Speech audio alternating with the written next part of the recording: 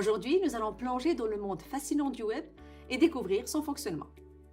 Dans cette vidéo, nous allons explorer le principe fondamental du client-serveur et comprendre comment les URL nous permettent d'accéder à toutes les ressources en ligne.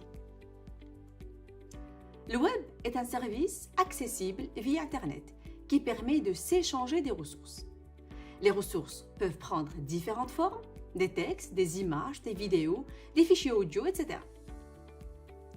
L'ensemble des ressources ainsi que les liens qui les relient forment alors un réseau de documents.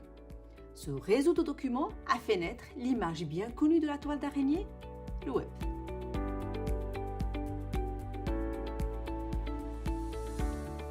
Le web fonctionne grâce au principe du client-serveur.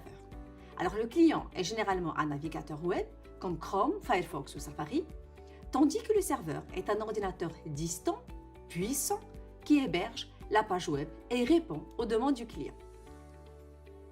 Ce modèle de communication permet au client d'envoyer des requêtes au serveur pour demander des ressources spécifiques et au serveur de traiter ces requêtes et d'y répondre. Pour que deux personnes puissent communiquer, ils doivent parler la même langue.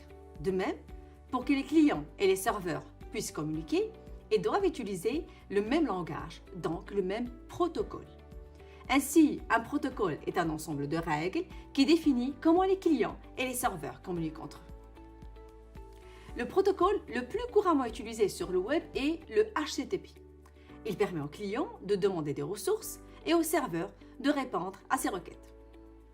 Notez que le HTTPS est une version sécurisée du HTTP qui garantit la confidentialité et l'intégrité des données échangées entre le client et le serveur.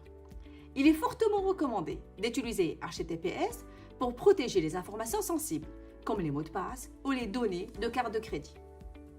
Dès que vous transmettez des données confidentielles, veillez bien à la présence du petit verrou dans l'adresse qui indique l'utilisation du protocole HTTPS.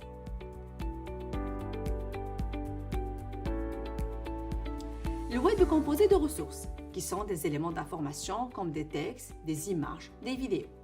Chaque ressource est identifiée par une URL, qui est une adresse unique permettant de localiser une ressource sur le web. Quand la ressource demandée n'existe pas, ce sont les fameuses erreurs 404 que vous avez certainement rencontrées. Une URL est composée de plusieurs parties. D'abord, le protocole. Il définit la manière dont les données sont échangées entre le client et le serveur, par exemple HTTP ou le HTTPS. Le nom de domaine, il identifie le serveur hébergeant la ressource. Et finalement, le chemin d'accès qui indique l'emplacement de la ressource sur le serveur. Prenons un exemple simple pour bien illustrer.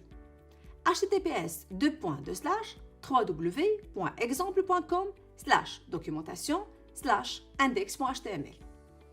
HTTPS, il indique le protocole utilisé pour accéder à la ressource. www.exemple.com, c'est le nom de domaine. Il identifie le nom du serveur qui héberge la ressource. Le chemin, il spécifie l'emplacement de la ressource sur le serveur. Par exemple, la ressource qu'on veut consulter, c'est la page index.html située dans le dossier documentation. Prenons un exemple complet pour illustrer tout le processus. Alors, si à l'aide d'un client web tel que Chrome, je saisis l'adresse http://ead.ut.ac.ima/moodle/course/index.php. Que se passe-t-il? Mon client interprète ma saisie comme l'interrogation par le protocole HTTP du serveur situé sur la machine ead.ut.ac.ima pour lui demander la ressource index.php située dans le dossier course, lui-même situé dans le dossier Moodle. Comme nous l'avons vu précédemment, l'adresse IP de ma machine sera nécessaire pour communiquer avec le serveur.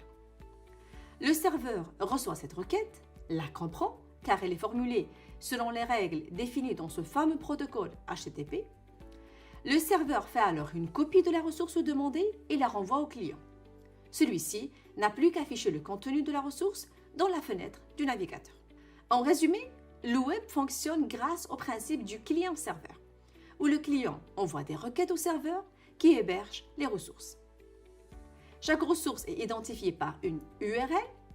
Les URL sont des identifiants uniques composés du protocole du nom de domaine et du chemin d'accès. Les protocoles HTTP et HTTPS permettent d'échanger des données entre le client et le serveur. HTTPS offrant une sécurité supplémentaire grâce au chiffrement. Maintenant que vous avez une compréhension de base du fonctionnement du web, vous êtes prêt à explorer et à profiter de tout ce qu'il a à vous offrir. Merci d'avoir regardé la vidéo.